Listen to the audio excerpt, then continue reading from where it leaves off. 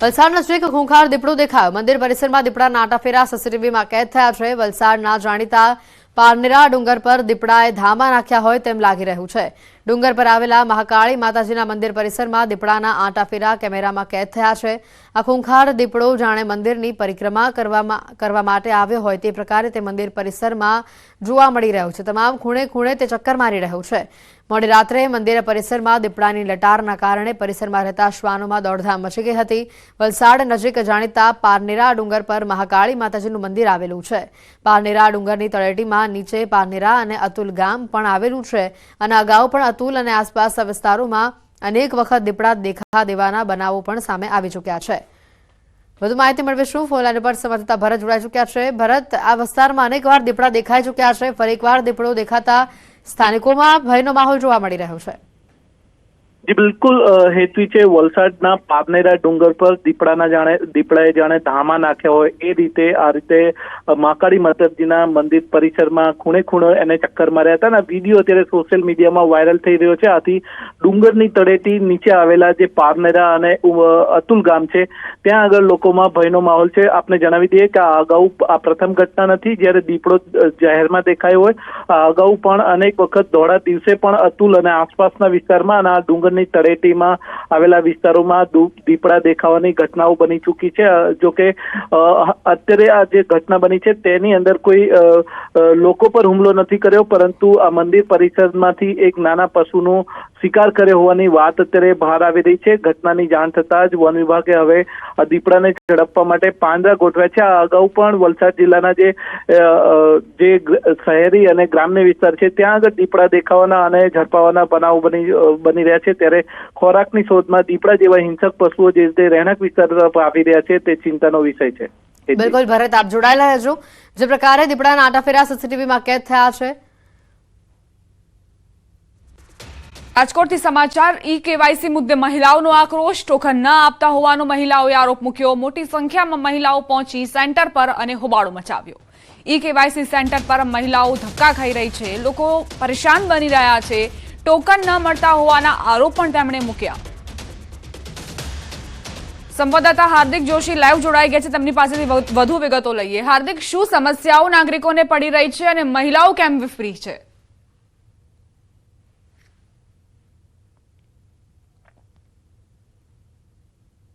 સુધી જે છે ટોકનની વ્યવસ્થા નથી, અનેક જે છે એ આક્રોશ જોવા મળી રહ્યો છે। અત્યારે મોટી સંખ્યામાં અહીંયા મહિલાઓ પણ પહોંચી છે, લોકોમાં પણ ક્યાંક આક્રોશ જોવા મળી રહ્યો છે। અહીંયા કોઈ જ વ્યવસ્થા ન હોવાનો આક્ષેપ જે છે મહિલાઓ કરી રહી છે। ખાસ કરીને ઈ-કેવાયસી શું તકલીફ થાય છે? આમાં એક નામ કમી કરાવવું છે અને એક નામ કાઢવાનું છે। અસિકા માર દેતા નથી હવે કે બધા આધાર કાર્ડ લઈ આવો।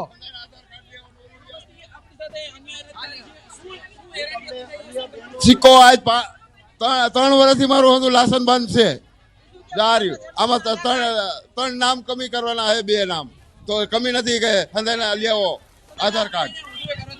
એમની સાથે પણ વાત કરવાનો પ્રયાસ કરીશું। શું તમારી શું તકલીફ છે અને સમસ્યા એવી છે કે સરકારશ્રીએ હાલમાં દરેક સ્કૂલોમાં દરેક વિદ્યાર્થીઓના અપાર આઈડી બનાવવા માટેનું પ્લાનિંગ શરૂઆત કરેલી છે। હવે એની અંદર અપાર આઈડી માટે રેશન કાર્ડમાં તમારું ઈ-કેવાયસી પણ ફરજિયાત હોવું જોઈએ। હું ઈ-કેવાયસી કરાવવા આવ્યો છું। ઓલરેડી મારા રેશન કાર્ડમાં મારા બાયોમેટ્રિક કેપ્ચર્ડ થયેલા છે। જે તે સમયે મેં મારું ચૂંટણી કાર્ડ પણ આપેલું છે અને બાયોમેટ્રિક પણ કરાવેલું છે, છતાં અત્યારે ફરી ધક્કો ખાવો પડે। સરકારે રેશન કાર્ડમાં ઈ-કેવાયસી માટેની જે એપ બનાવી છે, જેમાં ઘરે બેઠા અરજદારો ઈ-કેવાયસી કરી શકે, એમાં વારંવાર ભૂલ આવે છે। તો સરકારશ્રીને વિનંતી છે કે એપમાં જરૂરી સુધારા વધારા કરી અને આ જે લાંબી લાઈનો લાગે છે, લોકો 6 વાગ્યાથી 7 વાગ્યાથી ટોકન લેવા માટે લાઈનમાં ઉભા રહેવું પડે છે અને છતાં નંબર નથી આવતો। તો લોકોની આ હાલાકી દૂર થાય અને ઓનલાઈન ઝડપી ઘરે બેઠા પણ ઈ-કેવાયસી થઈ શકે એવી સુવિધા ઉપલબ્ધ કરાવવા વિનંતી છે। જે સમય છે તે 11 થી 2 વાગ્યાનો છે, આ સમય વધારવો જોઈએ? આ સમય પણ વધારવાની જરૂર છે। 11 થી 2 લોકો 6 વાગે તો ટોકન લેવા આવે છે, છતાં ટોકન પણ નથી મળતા। 10 વાગે 6 થી 10 તો ટોકન લેવા ઉભા રહેવું પડે, ત્યારબાદ 2 વાગે પૂરું થઈ જાય છે, એટલે ટાઈમ પણ બહુ ઓછો છે, એ પણ વધારવાની જરૂરિયાત છે।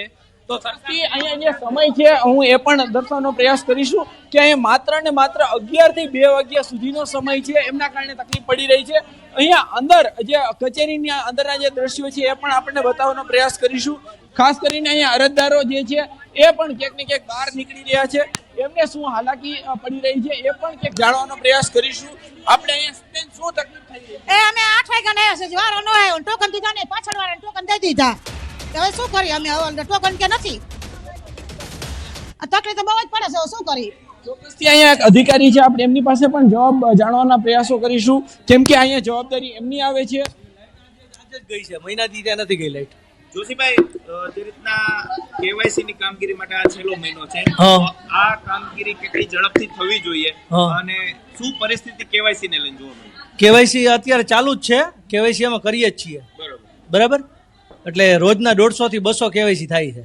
તો લોકો આટલી બધી મોટી સંખ્યામાં આવવાનું કારણ શું? હવે મોટી સંખ્યામાં કેમ આવી તો લોકોને ખબર હોય ને, અમને ખબર ન હોય. ખાસ કરીને 11 કેન્દ્ર છે તમારા સિવાય કોઈ? હા, બધાય ઓલા મ્યુનિસિપલ કોર્પોરેશનમાં કરે છે, આરોગ્ય કેન્દ્રમાં કરે છે, બધાય કરે છે. અને દુકાનવાળાને પણ આપણે આઈડી આપી દીધા છે. બરોબર, તોય કામગીરી થતી નથી. કામગીરી થતી નથી. કારણ શું? એ ક્યાં જાતા ન હોય પબ્લિક તો. સર્વરના ધાંધિયા અવારનવાર જોવા મળે છે. સર્વરમાં શું પ્રોબ્લેમ થાય? સર્વરમાં ધીમું હાલે અથવા બંધ પડી જાય છે.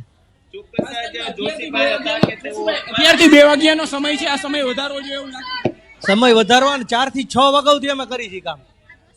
ખાસ કરીને જે દ્રશ્યો છે અન્ય દ્રશ્યો પણ બતાવવાનો પ્રયાસ કરીશું. અહીંયા લાઇટ નથી, હજુ સુધી અંધારાના દ્રશ્યો જોવા મળી રહ્યા છે, કામ ચાલુ નથી થયું, એમના કારણે જ ક્યાંક ને ક્યાંક લોકો છે તેમને પણ ભારે હાલાકીનો સામનો કરવો પડી રહ્યો છે. જી આભાર હાર્દિક. જાણકારી આપવા માટે. તો અરજદારો કઈ રીતે ધક્કા ખાઈ રહ્યા છે તેની આ તસવીરો. મહિલાઓ અહીં વિફરી. જો કે સામે જે કર્મચારી હતા તેમનું કહેવું છે કે અમે સાંજે પણ કામ કરી રહ્યા છીએ, 4 થી 6 વાગ્યા સુધી અમારું કામ ચાલી રહ્યું છે.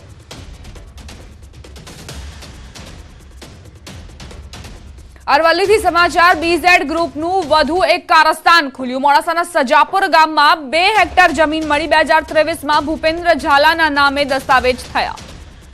કરોડોમાં ખરીદી હતી 10 વીઘા જમીન. એક તરફ આ સમગ્ર કૌભાંડનો મુખ્ય આરોપી ભૂગર્ભમાં છે, તો બીજી તરફ મિલકતોનો ખુલાસો થઈ રહ્યો છે. બીઝેડ ગ્રુપ, જેનો મુખ્ય માસ્ટર માઇન્ડ ભૂપેન્દ્ર ઝાલા, તેના નામે 2023માં દસ્તાવેજ થયા હતા. કરોડોની જમીન તેણે ખરીદી હતી. મોજે સજાપુર ગામના વતની કાનસિંહ ઉદયસિંહ પૂજારાની જમીન મોજે વગડી, તાલુકો હિંમતનગર, જિલ્લો સાબરકાંઠાના વતની ભૂપેન્દ્રસિંહ પરબતસિંહ ઝાલાએ ખરીદેલ છે. આ જમીન સજાપુર ગામે ખાતા નંબર 378 પર આવેલ છે, જેમાં કુલ 2 સર્વે નંબર છે, 182 અને 183. બંને સર્વે નંબર મળીને ટોટલ 2 હેક્ટર જેટલી જમીન થાય છે.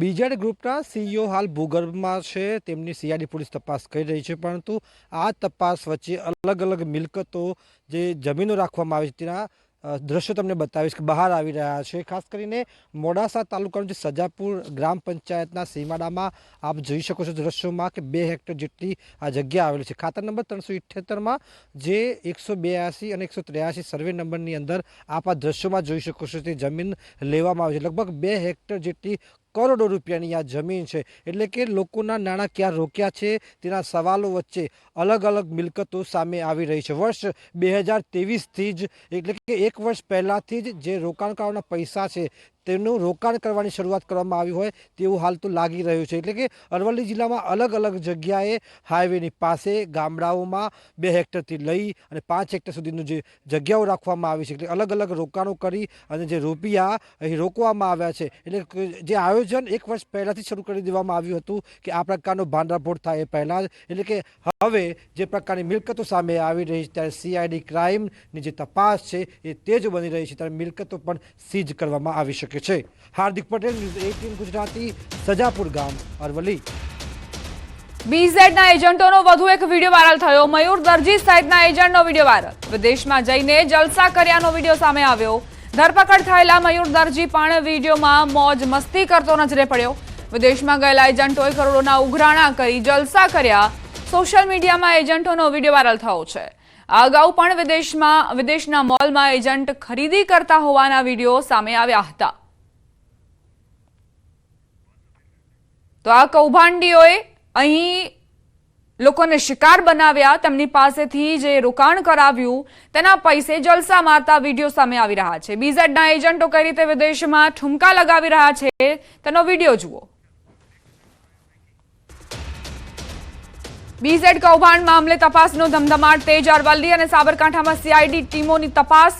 4 ટીમો તપાસ કરી રહી છે. રોકાણકારોના નિવેદન નોંધવાની કાર્યવાહી હાથ ધરાઈ. 15થી વધુ રોકાણ કરનારા વેપારીઓના નિવેદન લેવામાં આવ્યા.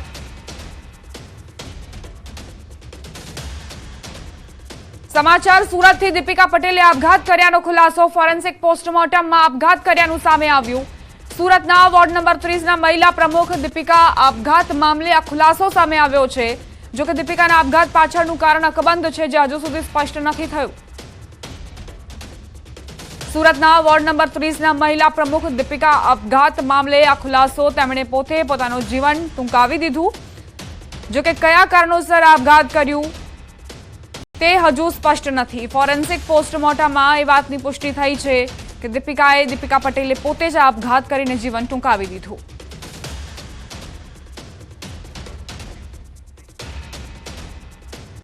આ સાથે જ બુલેટિનમાં અત્યારે બસ આટલું જ. વધુ અપડેટ્સ માટે આપ જોતા રહો ન્યૂઝ 18 ગુજરાતી.